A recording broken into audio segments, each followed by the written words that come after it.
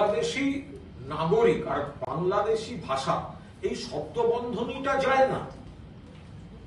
বাংলাদেশে যারা থাকেন তারা বাংলাদেশি নাগরিক এবং তাদের মধ্যে কেউ যদি অবৈধ অনুপ্রবেশ করে থাকেন সেটা রোখার দায় অমিত শাহের বিএসএফ এর। আর শুধু পশ্চিমবঙ্গে তো অনুপ্রবেশ সমস্যা নয়, তারা ত্রিপুরায় ঢুকছে কি করে? Double engine. কয়েকদিন আগে ত্রিপুরায় আগরতলা স্টেশনে ধরা পড়লো রোহিঙ্গা। দুটো গ্রুপ করে ট্রেনে উঠছিল, একটা ট্রেন দিল্লি যাবে, একটা ট্রেন কলকাতা আসবে। যদি কলকাতায় এসে পৌঁছতো আপনারা বলতেন কলকাতায় ধরা পড়েছে, কিন্তু ঢুকেছিল কোথা থেকে?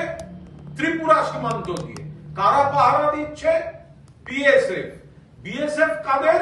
অমিত শাহ। অমিত শাহ কোন দল? বিজেপি। বিজেপি কোন রাজ্য শাসন করে? ত্রিপুরা। কোন সরকার? ডবল ইঞ্জিন সরকার। তাহলে বাংলাকে আক্রমণ করছেন কেন?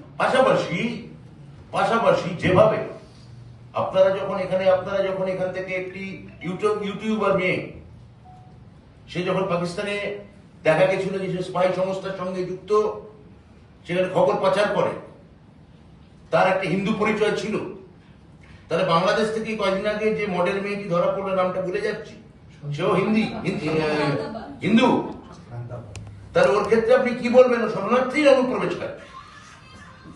আমি জানতে চাই, যে স্পাই এখানে ধরা পড়লো সে শরণার্থীর অনুপ্রবেশকারী, দয়া করে এটা বলবেন কি বিজেপির নেতারা, স্থানীয় নেতারা? আপনারা বলছেন যে হিন্দু যদি আসে সে শরণার্থী, তাহলে কি শরণার্থী স্পাই না কিছু অনুপ্রবেশকারী? সেটাও বলুন। তাহলে আপনারা বলতে চান হিন্দু মাত্র আসলে স্পাই এবং অনুপ্রবেশকারী, তাও কি বলতে চাইছেন আসলে? সেটা পরিষ্কার করে দিন।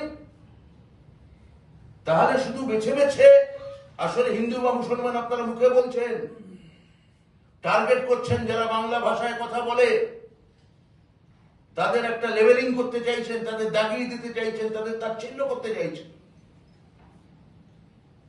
এটা কি করে আপনারা করতে পারছেন আমি জানি না।